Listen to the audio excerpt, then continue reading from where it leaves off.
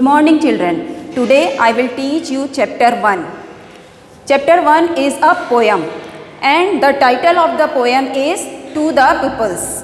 To the Pupils means यानी कि शिष्य को, छात्र को. And this poem is composed by Henry Long Derozio.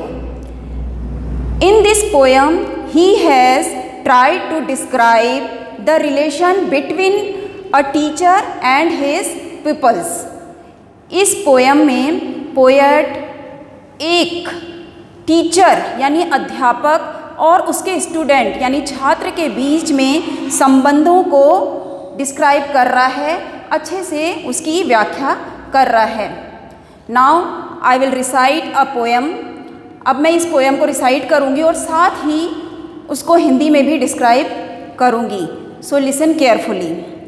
Expanding like the petals of young flowers, यानी जब एक टीचर अपने विद्यार्थियों को युवा पुष्पों की तरह, युवा पुष्पों की पंखुड़ियों की तरह खिलते हुए देखता है तो उससे बहुत ही प्रसन्नता होती है.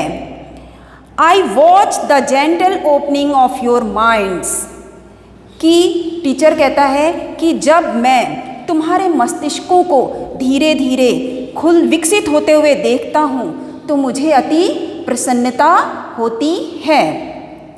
And the sweet loosening of the spell that binds your intellectual energies and powers, और धीरे धीरे उन बंधनों को खुलते हुए जब मैं देखता हूँ जिन्होंने आपके ज्ञान की ऊर्जा और शक्ति को बांध रखा है. That stretch like young birds in soft summer hours their wings to try their strength,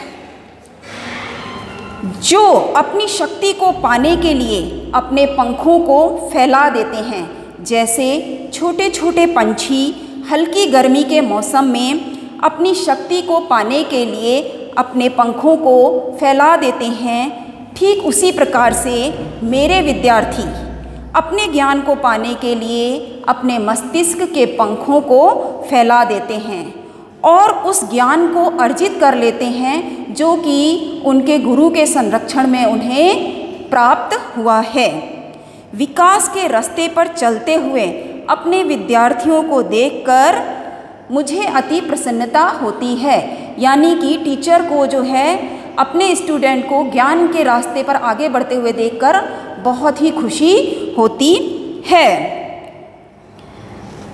O how the winds of circumstances and freshening April showers of early knowledge and unnumbered kinds of new perception shed their influence. मैं देखता हूँ कि किस प्रकार परिस्थितियों का प्रभाव और अप्रैल महीने की बौछारें प्रारंभिक ज्ञान और असंख्य प्रकार की नई ज्ञान की धाराएं मेरे शिष्यों पर अपना प्रभाव डालती हैं और ज्ञान की हवा प्रवाहित करती हैं. यह सब देखकर मुझे अति प्रसन्नता होती है कि मेरे विद्यार्थी जीवन के हर ज्ञान को प्राप्त करने के लिए अपने कदम बढ़ाए हुए हैं. And how you worship truths omnipotence, what joys reigns upon me when I see fame in the mirror of futurity, waving the chaplets you have yet to gain, and then I feel I have not lived in vain. और अपने सर्वशक्तिमान सत्य की कैसे पूजा करते हैं यह देखकर मुझे अति प्रसन्नता होती है. मैं आनंद और खुशी की बारिश में भीग जाता हूँ जब मैं अपने शिष्यों की प्रसिद्धि को भविष्य रूपी दर्पण में देखता हूँ.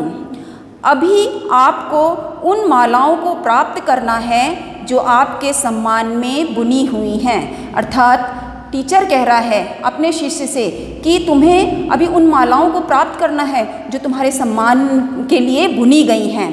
और उस समय मैं महसूस करता हूँ कि मैंने अपना जीवन व्यर्थ नहीं किया है, मैंने अपना जीवन सार्थक जिया है। यानी कि टीचर को उस समय बहुत ही खुशी होती है और उसे अपनी जीवन की सार्थकता महसूस होती है जब वो अपने स्टूडेंट को लाइफ में बहुत आगे बढ़ते हुए देखता है और उसके द्वारा दिए गए ज्ञान को स्टूडेंट जब अपने में आत्मसात करता है, उसे देखकर टीचर को अपना जीवन सार्थक लगता है।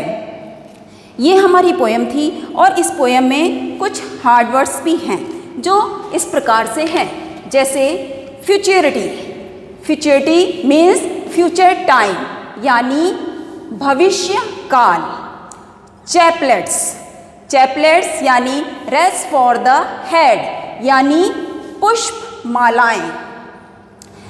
Petals, petals means flowers leaves यानी कि पंखुड़ियाँ, फूलों की जो पंखुड़ियाँ होती हैं वो petals, flower leaves. Intellectual, intellectual means pertaining to intellect. Intellectual means pertaining to intellect. It means कि बुद्धिजीवी। इट मीन्स यानी बुद्धिजीवी यानी कि दिमागी। स्ट्रेच, स्ट्रेच यानी एक्सटेंड यानी कि फैलाना। स्ट्रेच मीन्स फैलाना यानी एक्सटेंड। सर्कमस्टांसेस, सर्कमस्टांसेस यानी logical details of event. Logical details of events means परिस्थितियाँ, परिस्थितियाँ। फिर है perceptions, act of perceiving. Act of perceiving यानी कि प्रत्यक्ष ज्ञान। नेक्स्ट ओमनीपोटेंस, ओमनीपोटेंस यानी इनफाइनाइट पावरफुल यानी कि सर्वशक्तिमान। अब ये हार्ड वर्ड्स तुम्हें अपनी कॉपी में लिखना है और पोएम को रिसाइट करना है, याद करना है। Thank you. देख रहे हो? नहीं, उसी